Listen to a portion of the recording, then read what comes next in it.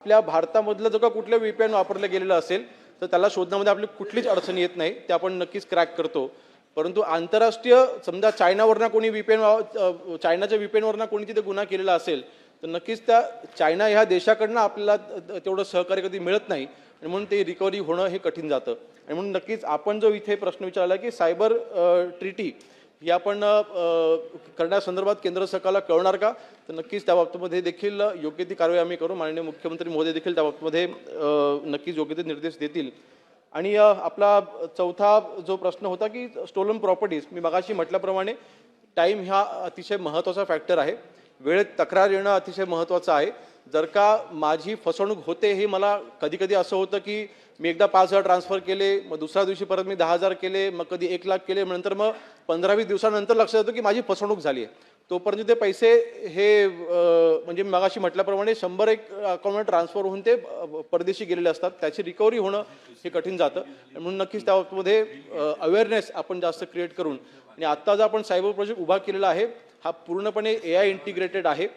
महाराष्ट्रामधील कुठल्याही सायबरच्या ठिकाणी सायबर पोलीस स्टेशनमध्ये तक्रार दाखल झाली किंवा तुम्ही हेल्पलाईनवरती जर तक्रार तुम्ही दाखल केलीत तर लगेचच त्या तक्रारदाराकडून संबंधित अकाउंटची माहिती घेऊन तिथल्या तिथे आपण अकाउंट फ्रीज करतो.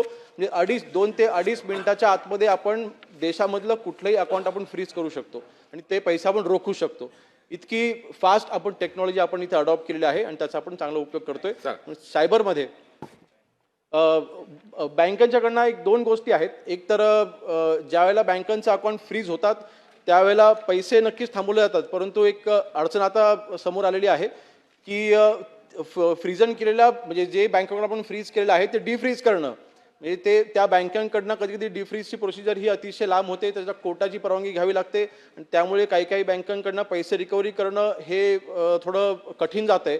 म्हणून नक्कीच ह्या बाबतीमध्ये RBIला जो काही पत्रव्यवहार करायचा तो आपण आपल्या सरकारमार्फत करू, आपल्या मार्फत आपण करू आणि ती रिकव्हरी होण्याकरता बँकांकडनं सहकार्य मिळावं अशी नक्कीच आपण तिथे पावलं आपण उचलू, जेणेकरून जी रिकव्हरी आता जी कमी दिसत त्याचं कारण ते आहे की बँकांकडनं जे अकाउंट डिफ्रीज होऊन पैसे जे त्या व्यक्तीला मिळणं पूर्ण अपेक्षित आहे त्याच्यामध्ये जरा विलंब होतोय. नक्कीच त्याच्यावर देखील आम्ही योग्य कारवाई करू. राहुल कुल अतिशय सविस्तर उत्तर मंत्री महोदयांनी दिलेलं आहे. परंतु सायबर गुन्हे हे एक प्रकारे आर्थिक गुन्हे तर आहेतच आहे, परंतु वेगवेगळ्या माध्यमातून बदनामी करण्याचे प्रकार सुद्धा वारंवार आपल्याला समाजामध्ये पाहायला मिळतात. त्यामुळे आता उत्तरामध्ये म्हटलेलं आहे की 5 पोलीस स्टेशनचा प्रस्ताव पुण्यामधून सादर झालेला आहे. माझा पहिला प्रश्न राहील की या संदर्भामध्ये आपण या 5 पोलीस स्टेशनला कधीपर्यंत मान्यता देणार, हा माझा पहिला प्रश्न आहे. दुसरा प्रश्न, जरी ह्या उपाययोजना आपण करत असलो तरी सुद्धा खूप मोठ्या प्रमाणावर लोकांना याच्यामध्ये आर्थिक नुकसान सहन करावं लागतंय. लोकांच्या या सगळ्या आर्थिक व्यवस्थेला संरक्षण देणं हे राज्य शासन म्हणून आपलं कर्तव्य आहे. त्यामुळे जरी ही वस्तुस्थिती सगळे जरी प्रयत्न चालू असले तरी लोकांचं खूप मोठ्या प्रमाणावर नुकसान होतंय. आपण 30-40% गुन्ह्यामध्येच ते आर्थिक नुकसान शोधू शकतोय आणि त्याच्यामध्ये त्याला रिकव्हरी काही प्रमाणामध्ये मिळतीये. आणि बऱ्याच वेळेला आपल्याच यंत्रणा गोंधळलेल्या असतात, त्यामुळे याचं सक्षमीकरण करणं हे गरजेचं आहे. विशेषतः परदेशामध्ये पैसा जातो आणि परदेशामध्ये पैसा गेल्यानंतर त्याची रिकव्हरी होत नाही. काही उत्तर प्रदेश सारख्या, बिहार सारख्या काही भागामध्ये हाच व्यवसाय चालवला जातो हे आपल्या सगळ्यांना माहीत आहे. तरी सुद्धा त्याच्यामध्ये कुठलंही नियोजन करण्यासंदर्भातली ठोस पावलं उचलणं ही उद्याची गरज राहणार आहे. त्यामुळे आता सायबर गुन्हेगार हे पोलिसांपेक्षा हुशार झाले अशी स्थिती आज तरी आहे आणि त्यामुळे त्याच्यावर सायबर गुन्हेगारापेक्षा आपली यंत्रणा ही जास्त फुलप्रूफ होणं आवश्यक आहे. शेवटी आपण शासन आहोत, त्यामुळे केंद्र आणि राज्य याच्या समन्वयामधून हा पैसा परदेशात जाणं, परराज्यामध्ये जाणं यासाठी काही फिल्टर्स लावता येतील का, हा माझा दुसरा प्रश्न आहे.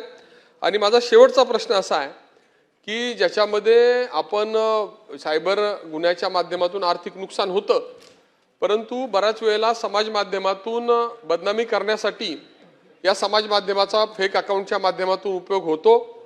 याच्यामध्ये आपण जसं प्रत्येकाला अभिव्यक्ती स्वातंत्र्य आहे, विचाराचं स्वातंत्र्य आहे, तसं प्रत्येक नागरिकाला आपल्या प्रतिभेचं संरक्षण करणं हे सुद्धा आपलं हक्क आहे.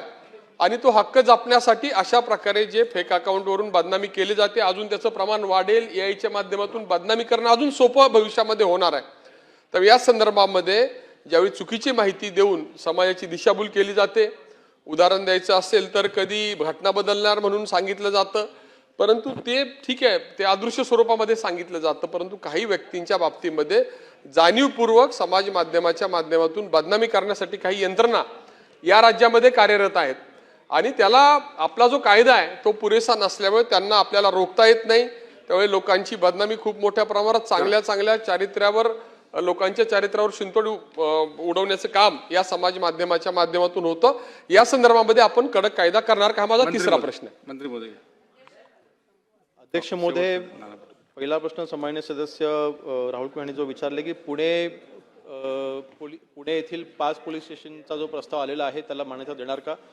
पुण्यामध्ये सध्या 1 पोलीस स्टेशन आहे आणि पुण्यामध्ये 2 झोन आहेत बेसिकली. तर जर का आवश्यकता असेल तर नक्कीच आपण करू, परंतु जर का 2 मध्ये सफिशियंट होत असेल, कव्हर होत असेल तर नक्कीच आपण लोकसंख्येचा विचार करता आपण योग्य तो निर्णय त्या बाबतीत आपण घेऊ. आपण तिथली यंत्रणा ही आपण अजिबात कमी पडू देणार नाही, जितके तिथे मान्यता 100% दिली जाईल. दुसरा विषय, नक्कीच या बाबतीमध्ये सायबर गुन्ह्याच्या बाबतीमध्ये वाढ होत असताना नवीन टेक्नॉलॉजीचा वापर हा त्यांच्याकडनं केला जातोय, परंतु आपणही काही कमी नाही आहोत. म्हणजे आपले देखील आपण इतका टेक्नॉलॉजीने आपण आता ॲडव्हान्स आहोत. शेवटी आपण आता जो प्रोजेक्ट उभा केला आहे त्याच्यामध्ये सेंटर ऑफ एक्सलन्स हा एक अतिशय महत्त्वाचा घटक आहे आणि ह्याच्यामध्ये आपण जी काही नवीन टेक्नॉलॉजी आहेत, म्हणजे अगदी हॅकिंगसाठी जे काही इक्विपमेंट लागतात ते सगळे इक्विपमेंट आपल्याकडे आहेत, किंवा सायबर गुन्हा रोखण्याकरिता जे इक्विपमेंट लागतात ते सगळे इक्विपमेंट आपल्याकडे आहेत.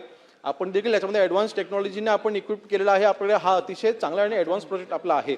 याच्यामध्ये पुढील जवळपास म्हणजे 5 वर्षाच्या कालावधीमध्ये आपण 5,000 पोलिसांना आपण याच्यामध्ये ट्रेनिंग देणार आहोत. ट्रेनिंग सध्या चालू आहे. म्हणजे टार्गेट आपला असं आहे की 5 वर्षामध्ये 5,000 पोलिसांना आपण याच्यामध्ये ट्रेनिंग देऊन आपण त्यांना हे सायबर गुन्हे रोखण्याकरिता त्यांना आपण सक्षम करणार आहोत. म्हणून सायबर गुन्ह्यांच्या बाबतीमध्ये होत असलेली वाढ लक्षात घेता नक्कीच त्याच्यामध्ये आपण योग्य ते पावलं. शेवटचा प्रश्न घ्या नानाभाऊ. शेवटचा प्रश्न नानाभाऊ घ्या. नाना एक सन्माननीय राहुल कुल साहेबांचा एक प्रश्न होता की टेक्नॉलॉजीचा वापर करून फोटो मॉर्फ करणं आणि 20 मिनिटं झाली, ही लक्षवेधी चालू आहे, अजून नाही चालणार. कायदा कडक करण्याची जर का आवश्यकता भासली नक्कीच कायदा हा तिथे बदलला जाईल, त्याच्यामध्ये बदल करून कडक कारवाई केली जाईल. अध्यक्ष महाराज, हे जी सायबर हा जो क्राईम आहे हा मोठ्या प्रमाणात वाढते आहे, हे या उत्तराच्या आकड्यामध्ये पाहायला मिळतं. अध्यक्ष महाराज, 2022 मध्ये 19,408, 2023 मध्ये 22,191 आणि 2024 मध्ये आपण गेलो अध्यक्ष महाराज जवळपास 26,440 आणि अध्यक्ष महाराज जवळपास 1,504 सायबर गुन्ह्याची नोंद करण्यात आली, अशा पद्धतीचं उत्तर दिलं. अध्यक्ष महाराज, याच्यामध्ये एक माननीय मुख्यमंत्री महोदय, आपला विभाग असल्यामुळे आपण याच्यात उत्तरात लिहिलं आहे की तथापि दरम्यानच्या कालावधीत इतर जिल्ह्यातील किंवा इतर राज्यातील माननीय न्यायालयाने याच्याकडे दाखल दाव्यामधील पीडितांना फसवणुकीची रक्कम मिळण्याबाबतच्या आदेश उपरोक्त आदेशापूर्वी पारित केल्यास संबंधित बँका सदर बँक खात्यातील रक्कम त्या पीडितास देते.